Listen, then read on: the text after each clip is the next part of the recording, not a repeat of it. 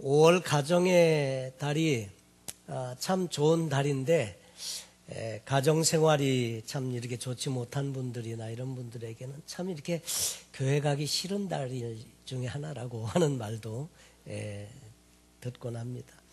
그런데 이 가정은 하나님의 계획이 담겨져 있는 것이고, 그래서 이 가정이 잘 되는 일이 참 중요합니다. 그냥 우리 혼자 좋게 행복하게 사는 것으로 그치지 않고요, 이게 하나님 나라를 확장해 나가는데 중요한 의미가 있기 때문에 가정은 참 중요하고요. 하나님께서도 그래서 이 가정을 친히 제정하셨다고 하는 거죠. 여러분, 사람들은 다 행복하길 원하죠.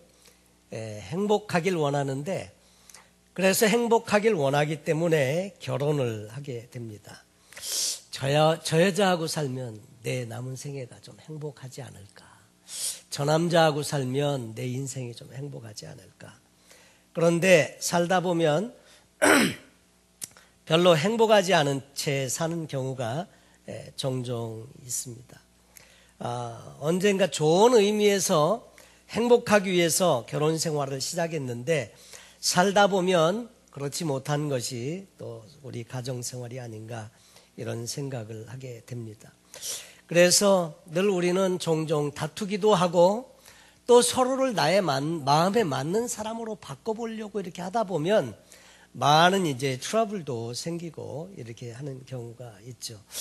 그래서 말다툼도 있고 뭐 이런 경우가 있는데,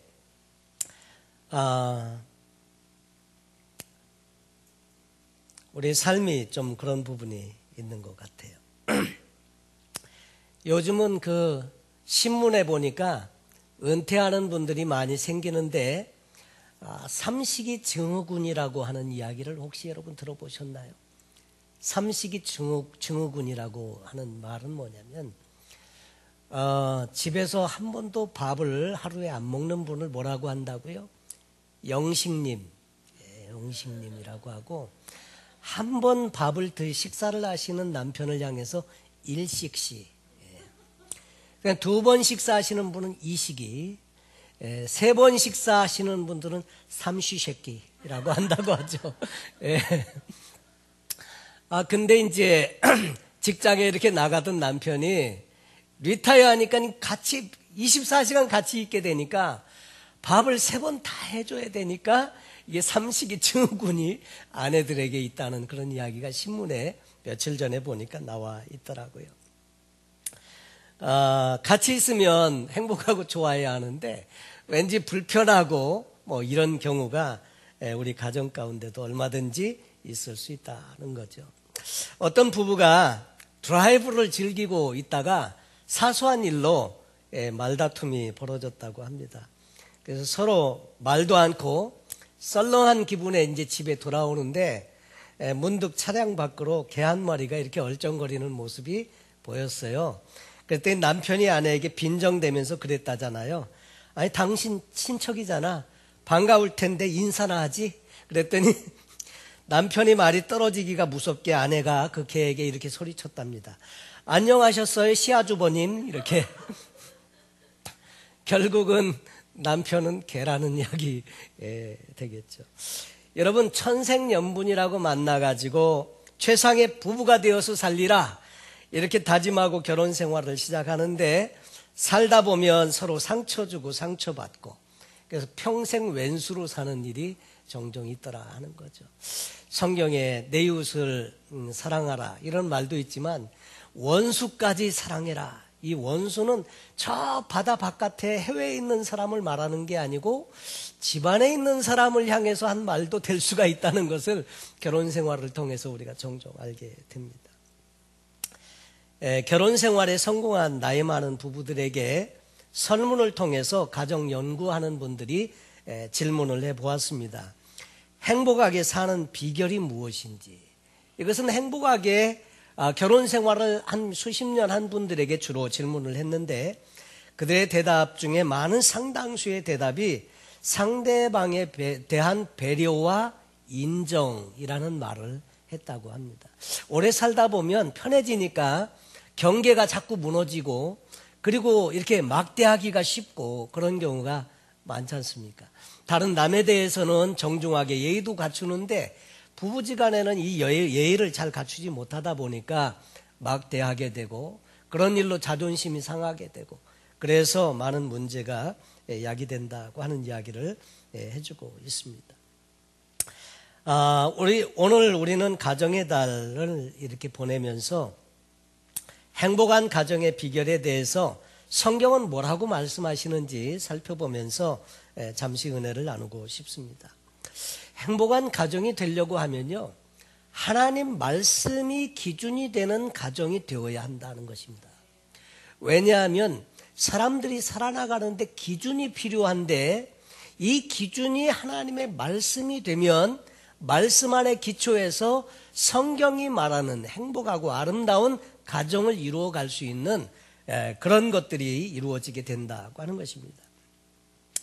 하나님은 저와 여러분이 행복하게 되길 위해서 가정을 만드셨고요.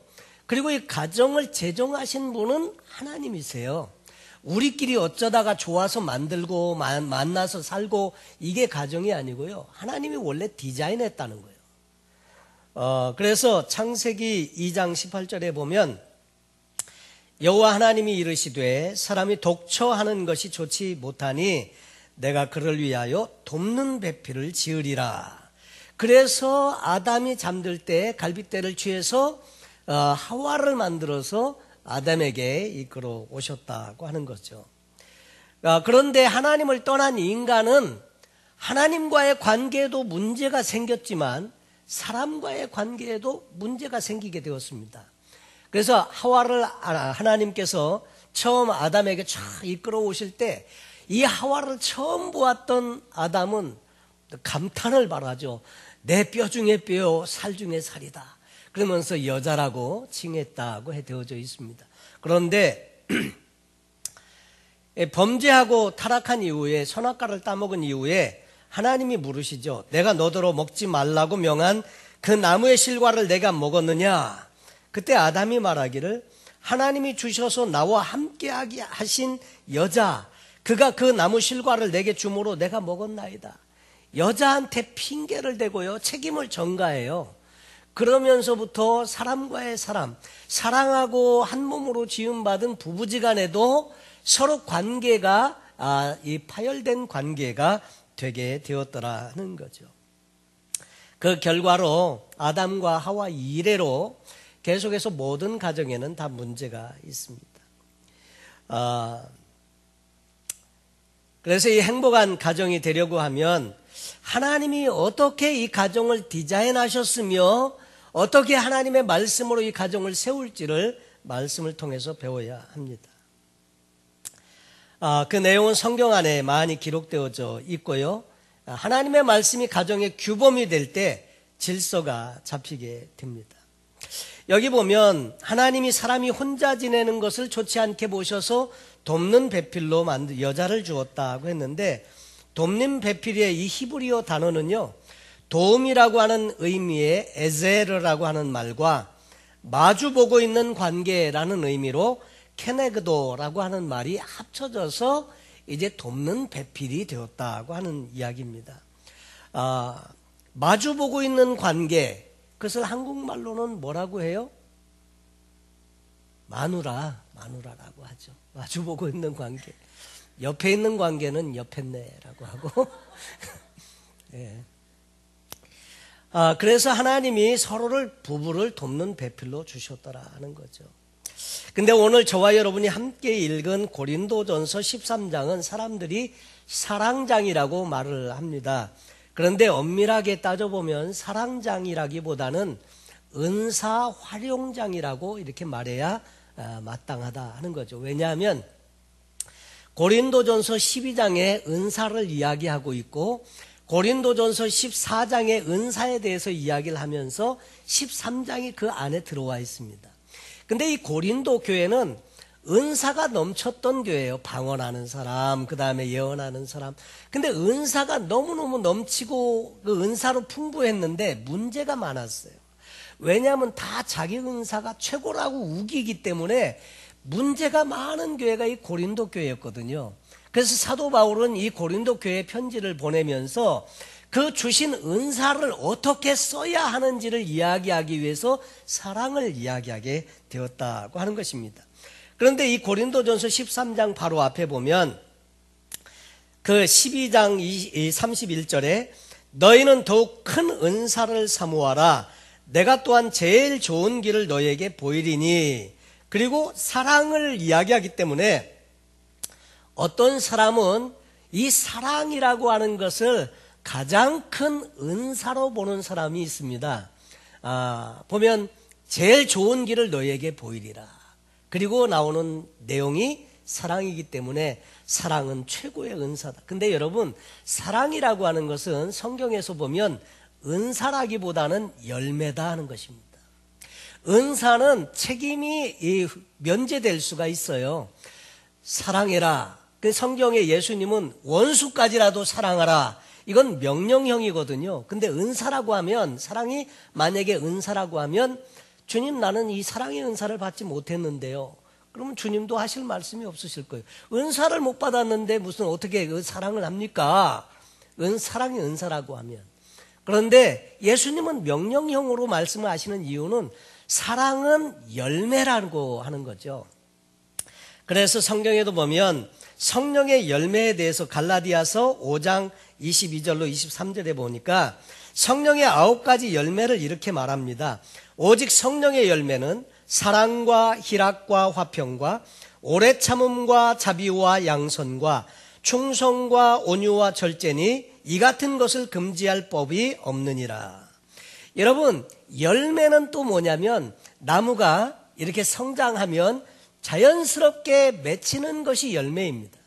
저희 아파트 앞에 어느 날 이렇게 나무가 자라는데 무슨 나무인지 잘 몰랐어요. 이렇게 저거 벼버릴까? 그렇게 하다가 그냥 놔뒀는데 나중에 자라고 보니까 무화과 나무예요.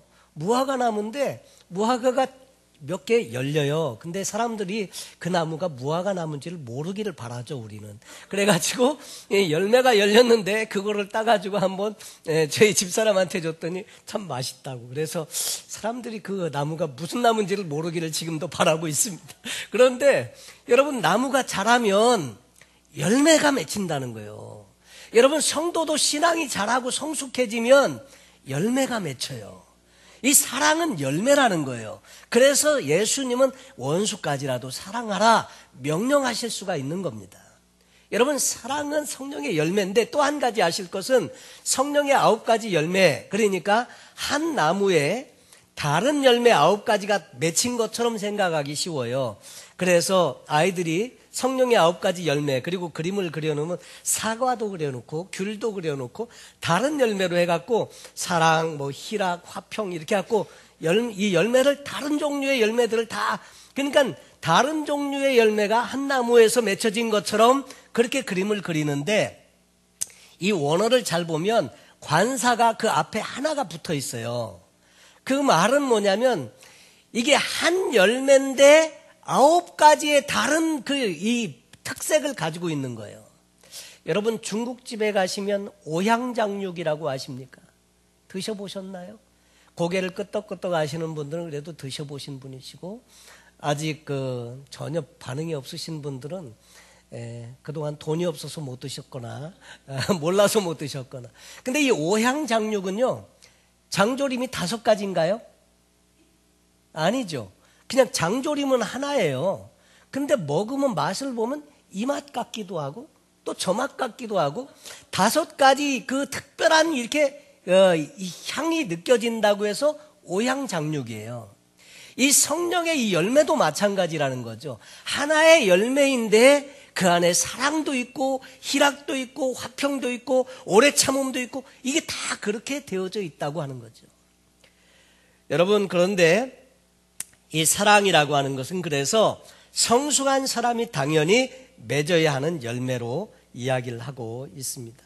그래서 이 13장 1절로부터 3절까지에 있는 내용에는요, 사랑이라고 하는 것이 얼마나 중요하냐, 이 사랑이 얼마나 필요한 것이냐, 이것을 이야기하면서 사람의 방언과 천사의 말을 할지라도 사랑이 없으면 소리나는 구리와 울리는 꽹과리가 되고, 내가 예언하는 능이 있어 모든 비밀과 모든 지식을 알고 또 산을 옮길 만한 모든 믿음이 있을지라도 사랑이 없으면 어떻다는 거예요?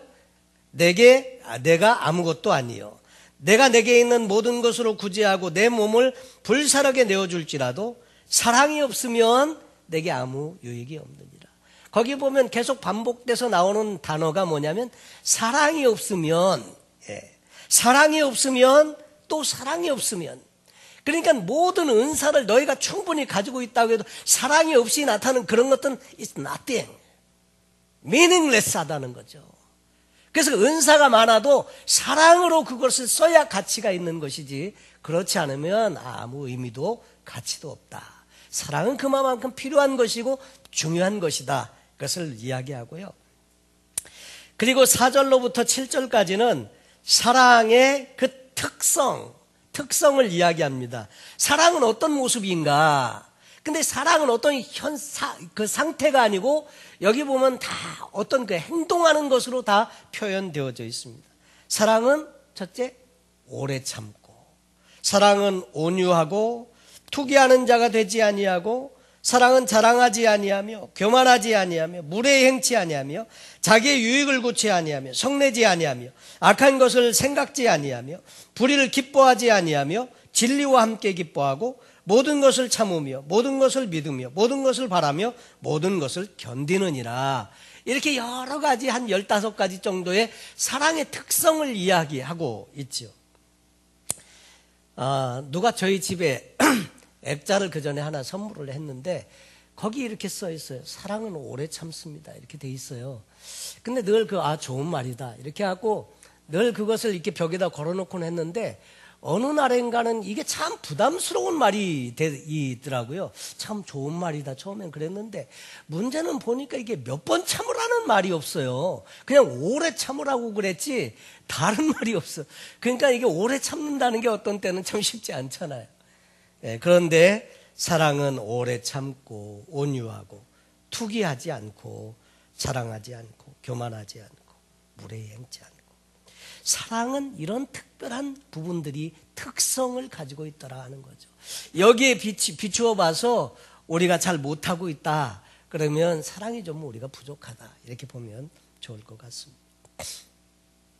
그리고 8절 이하에 있는 말씀은 사랑의 영원성에 대한 이야기입니다. 사랑은 영원한 것이다. 사랑은 언제까지든지 떨어지지 아니하나 예언도 패하고 방언도 그치고 지식도 패하리라. 다른 모든 은사들은 다 끝이 있다는 거예요. 언제 끝납니까? 세상 떠나는 날 끝나요. 예수님 오시면 끝나요. 근데 사랑은 어떻게 돼요? 주님이 오셔도 우리가 천국에 가도 계속 사랑은 유지된다는 거죠. 천국에서도 계속 우리가 나누어야 할 것, 그것은 사랑이다 하는 거죠. 우리가 부분적으로 알고 부분적으로 예언하니 온전한 것이 올 때는 부분적으로 하던 것이 패하리라. 은사나 이와 같은 것은 부분적인 거예요.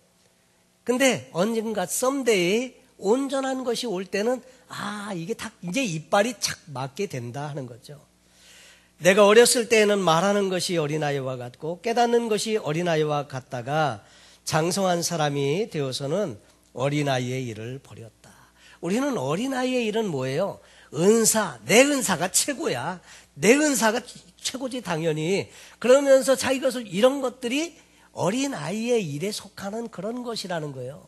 장성한 사람이 보는 견지에서는 사랑이 가장 그 모든 것을 아름답게 조화를 이루게 하는 그런 것이라고 하는 것을 이야기해 줍니다. 그러면서 우리가 이제는 거울로 보는 것 같이 희미하나. 거울로 보는데 왜 희미할까?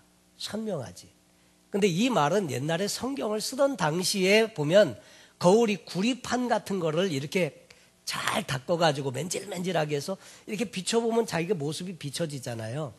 구리철판에 이렇게 보면 희미하죠, 당연히. 지금 거울처럼 이게 선명하지가 않죠.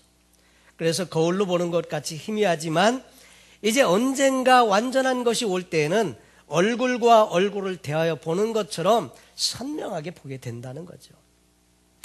이제는 내가 부분적으로 알지만 그때에는 그러니까 완전한 것이 올 때에는 주께서 나를 아신 것 같이 내가 온전히 알리라.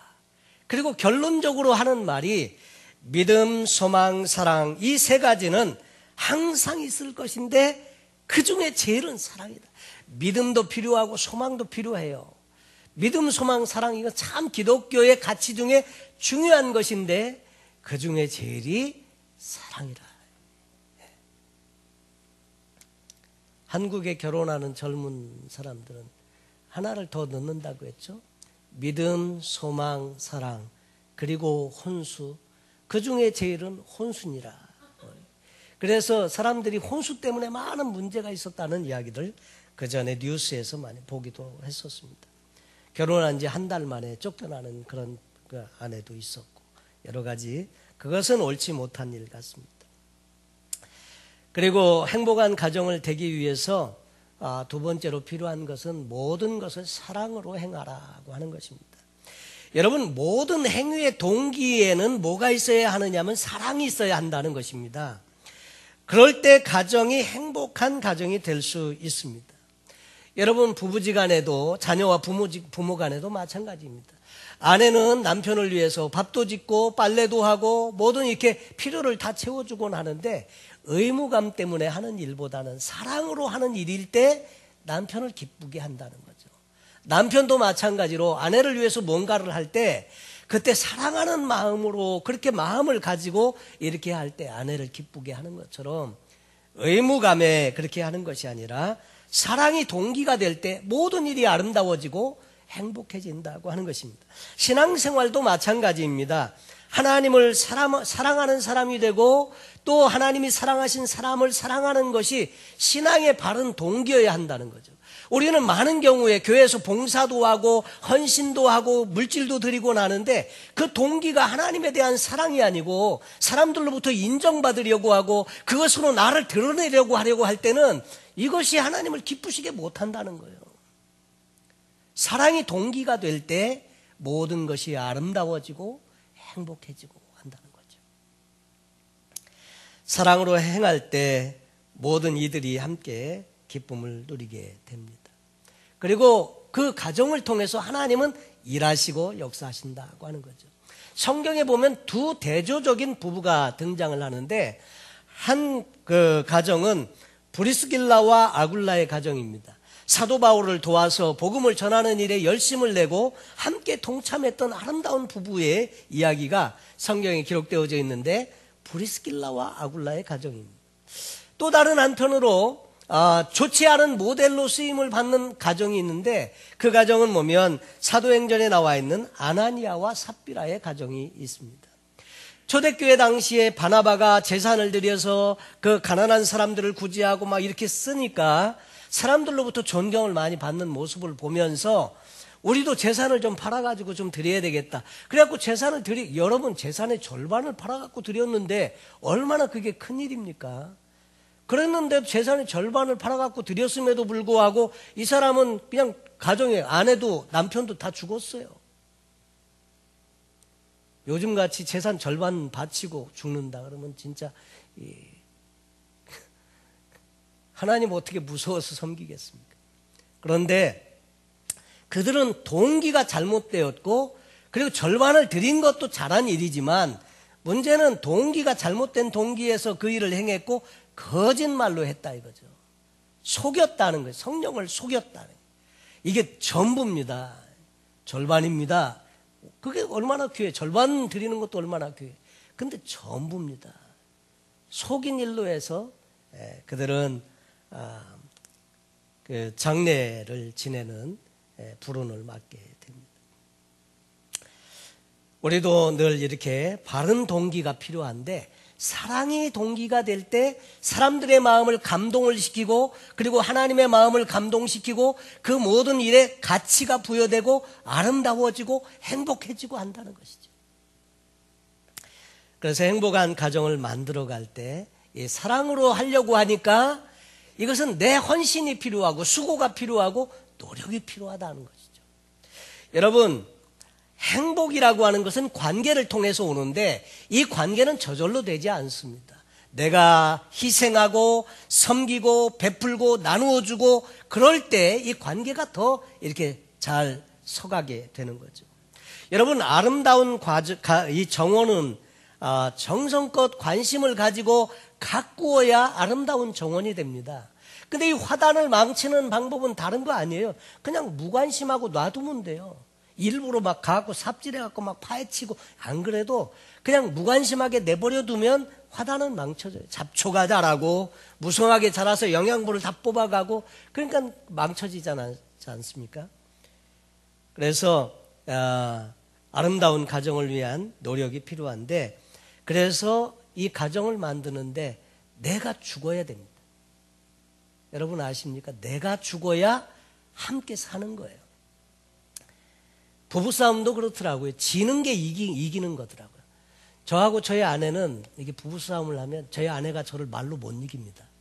그래갖고 말로 하다가 그래갖고 말로 어떻게 해서 제가 이겼다고 선쳐. 그러면 뒤끝이 안 좋아. 그러니까 이기는 게 지는 거고 지는 게 이기는 거예요. 이거 깨닫는데 시간이 꽤 걸렸어. 여러분, 악순환의 고리를 끊어야 돼요. 항상 이렇게 보면 감정이 상하고 오고 가고 말이 더 커지고 이렇게 하다 보면 더 이게 자꾸 커져요, 문제가. 그리고 악순환이 반복돼. 근데 이것을 누군가가 끊으려면 내가 참고 내가 죽어야 하고, 그래야 이게 끊어진다는 거죠. 또 한편으로 배우자는 나를 성화시키기 위해서 하나님이 보낸 사람이에요. 아멘이십니까? 그래서 결혼 안 한 사람들한테 꼭 그 얘기를 하죠. 결혼해야 인간 된다, 인간 돼. 살다가 보면 시달리고 이렇게 하다 보면 자기 존재가 어떤지 알게 되고, 그리고 하나님 앞에 엎드리게 되고, 그래서 인간 된다고 이야기합니다. 근데 여러분 아십니까? 그 아내를 통해서 또 남편을 통해서 내가 성화되고 내가 변화되고 바뀌잖아요. 그러면 아내도 바뀌어요. 남편도 바뀌고요. 참 이게 놀라운 것 같아. 내가 변화되면 더 이상 그 사람을 통해서 나를 갈굴 일이 없어진다 이거예요, 하나님이. 그러니까 이제는 그 단계를 넘어가니까 아내도 바뀌고 남편도 바뀌고. 아름답게 만들고 가꾸는 일에는 희생과 노력이 필요합니다. 그래서 행복한 가정을 위해서 늘 사랑으로 동기를 바르게 해서 늘 자녀들에게 또 부모에게 그리고 부부지간에도 잘 하게 되면 우리가 참 좋은 하나님의 행복한 가정으로 서게 되는 줄로 믿습니다. 그리고 세 번째로 한 가지 가정을 위한 조언을 제가 드린다고 하면, 서로 서로를 인정하는 가정이 되면 좋습니다. 아내는 남편을 인정하고요, 남편은 아내를 인정하고. 이런 이야기하면 이런 생각을 하실지도 모르요. 아니, 인정을 할 만해야 인정을 하죠. 근데 여러분, 그건 영적인 원리를 모르기 때문에 하시는 말씀입니다. 왜냐하면 우리는 찬송을 드릴 때 기분이 이제 슬프거나 하면 슬픈 찬송을 하고, 그 다음에 기쁠 때는 기쁜 찬송을 하는, 이게 보통 일반적이에요. 근데 이 영적으로 한 차원이 높은 그런 단계에 가면요, 마음이 울적하고 슬플 때 기쁜 찬송을 해보세요. 그러면 이 찬송을 통해서 내 마음이 기뻐집니다. 그러니까 이것도 인정을 할 만해야 인정을 하죠. 그러면 그 수준에서 벗어나지는 못해요. 아직 그렇지 못한데도 불구하고 인정을 하고 자꾸 이렇게 하면 그렇게 되는 줄로 믿습니다. 얼마 전에 저희 아내가 저에게 카톡을 이렇게 하나 보냈는데, 저희 딸 폴린이가 수학을 보통 때는 보면 진짜 수학 잘 못해요. 그래갖고 막 틀린 게 수두룩하게 해가지고 저한테 사인 받으러 오거든요. 엄마한테는 안 가고 꼭 저한테 와요. 제가 그냥 사인을 해주니까. 그런데 엄마한테 이렇게 카톡이 왔는데, 문제가 이렇게 많은데 지난번 이렇게 삼촌이 한번 다녀갔잖아요. 그 아프리카 유원철 선교사. 원래 수학을 잘하거든. 그래서 좀 뭘 이렇게 지도를 받았나 봐. 그랬는데 한 문제 틀리고 다 맞았다는 거예요. 그래서 막 와우. 그리고 막, 야, 넌 너무너무 스마트한 아이 같다. 그리고, 이제는 뭐. 그랬더니 막 칭찬을 막 해줬더니요.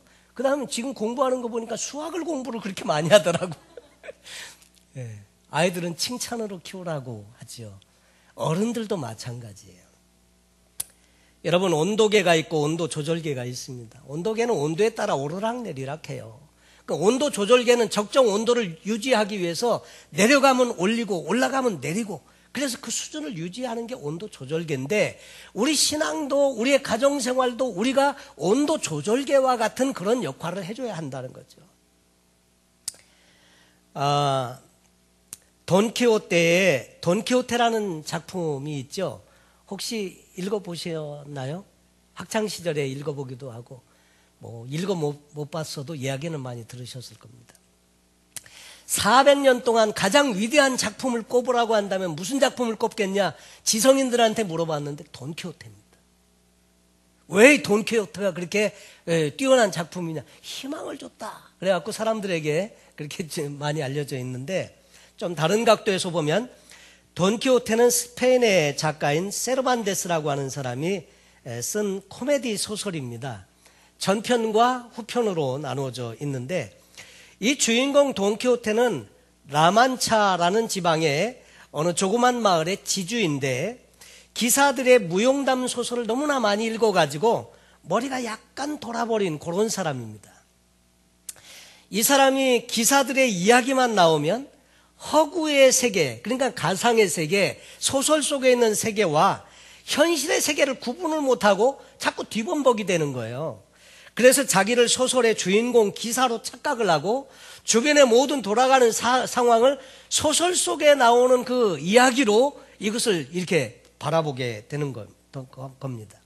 그 전편에서는 돈키호테가 산초라고 하는 좀 바보스러운 소작인 그 한 사람을 시종으로 데리고 다니면서 온갖 코미디를 연출하는데, 풍차를 향해서 공격하면서 거대한 악마라고 하면서 풍차와 싸우기도 하고요.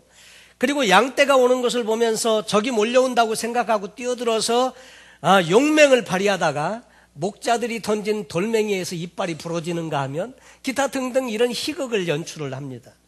주위 사람들도 그가 약간 돈 사람이라는 것을 알기 때문에 돈키호테 앞에서는 기사님 이렇게 말하고 뒤 싹 돌아서서는 자기들끼리 눈짓하고 킥킥거리고 웃고, 그런 존재가 이 돈키호테입니다. 돈키호테는 자기 상상 속에서만 기사였을 뿐 어느 누구에게도 인정받지 못하는 고독한 코미디언이나 마찬가지예요. 그리고 이제 후편에서는 이 돈키호테가 이웃 마을의 창녀인 알돈자라고 하는 여인을 만나게 됩니다. 이 알돈자라고 하는 여인 역시 지저분한 행실 때문에 주위에서 사람 취급을 못 받는 여인입니다. 그런데 돈키호테는 알돈자에게 자기가 읽었던 작품 속에 가장 아름답고 순결한 여주인공의 이름을 따서 둘시네아라고 하는 이름을 지어주고, 그 여성에게 자기가 보일 수 있는 최고의 존경을 다 표현을 합니다. 남이야 뭐라고 하든지 이 창녀가 돈키호테에게는 세상에 비할 데 없이 고결한 숙녀였습니다. 어느 날 돈키호테는 알돈자가 마을 불량배들에게 강간을 당하고 외양간에서 비틀거리고 나오는 현장을 목격하지만, 여전히 돈키호테는 이 여자에게 My Lady라고 부르면서 진심으로 위로를 합니다. 그리고 이제 소설 마지막에는 돈키호테가 죽는 장면이 나오는데, 평생 동안 누구에게도 인정받지 못했던 이 고독한 한 인간의 죽음에 한 여인이 찾아옵니다. 그러면서 이렇게 말합니다. My Lord, 나의 주인님, 나를 모르세요? 제게 새 이름을 주신 돌시네아입니다. 여러분, My Lord, 나의 주인님이라고 하는 표현은 당시 기사나 영주를 배할할 때 바치는 최고의 경의의 표현입니다.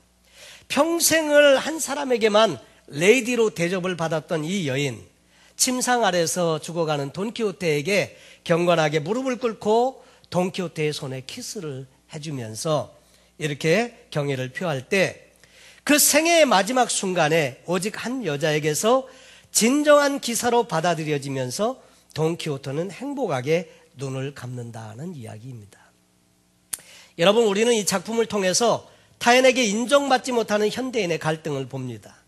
세계 심리학회 통계에 의하면 아내에게 손찌검을 하는 남자의 40%는 고등교육을 받은 전문 직종 사람들이고, 그 중에 14%는 성직자도 포함이 되어져 있다는 말에 충격을 받습니다.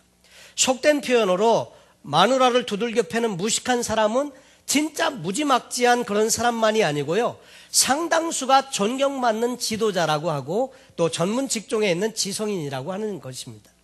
결혼 생활을 오래 한 아내가 보는 남편은 밖에서는 훌륭한지 몰라도 안에서는 그저 평범한 남자일 뿐인데, 그래서 밖에서 받아들여지는 것과 안에서 취급당하는 그것이 너무나 현격하게 차이가 날 때 남자들은 분노를 느끼게 되고, 그래서 가정폭력이 야기된다고 하는 것입니다. 자기와 가장 가까운 사람으로부터 거부될 때 남자는 가장 심각한 좌절을 느끼게 된다는 거죠. 그래서 심리학자들은 실직한 월급장이나 파산한 자영업자를 일단 뇌관이 열린 폭탄으로 본다고 이야기를 합니다. 이 남자들은 일터가 없어졌다는 것은 대부분 자신의 상실로 받아들여지고 좌절을 하게 되는데, 그런 남편에게 부지불식간에 자존심을 건드리는 말을 흘리게 되거나 하면 수습할 수 없는 결과를 초래하게 된다. 가정 상담가들에 의하면 홈리스가 되는 코스가 대부분 정해져 있다는 거예요. 홈리스가 되는 게. 그게 가만히 보면 첫째, 직장을 잃게 되고 있던 돈이 다 떨어지고, 그 다음에 아파트에서 쫓겨나고, 그리고 이혼을 당하면 그 다음에 홈리스로 나오게 된다는 거예요. 그런데 신기한 것은 마지막 단계에서 이혼만 안 하면 그 가정은 반드시 나중에 재기하고 일어서더라 하는 것입니다. 그래서 세상 모두에게 거절을 당해도 한 여자에게 받아들여질 수 있다면 그 남자는 행복하다는 것이 돈키호테의 주제였다고 하는 거죠.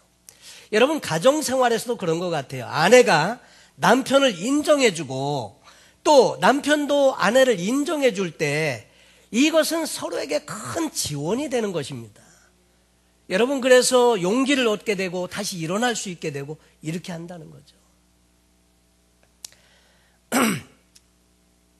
그래서 행복한 가정이 되려고 할 때 하나님이 원하시는 바가 뭔지를 깨닫고, 성경이 말하고 있는 행복한 가정의 원리를 깨닫고 나를 죽이고 희생해서 정말 행복한 가정을 이루어 보기로 헌신할 때 하나님께서 우리 가정들을 아름답게 하시고 복음을 위해서 귀하게 사용하시게 되는 줄로 믿습니다.